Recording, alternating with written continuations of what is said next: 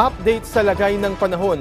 Patuloy ang banta ng Bagyong Leon sa Hilagang Luzon matapos itong maging ganap na super typhoon kaninang alas 8 ng umaga.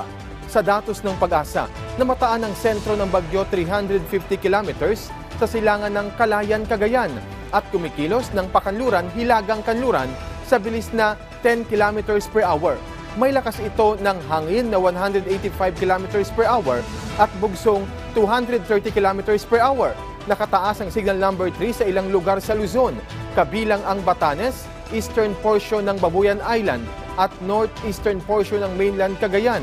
Nakataas din ang signal number 2 at signal number sa iba pang lugar sa Luzon. Sa pagkataya ng Pag-asa, patuloy na tatahakin ng Bagyong Leon ang hilagang kanlurang bahagi ng Philippine Sea hanggang mag-landfall sa silangang bahagi ng karagatan ng Taiwan bukas ng tanghali.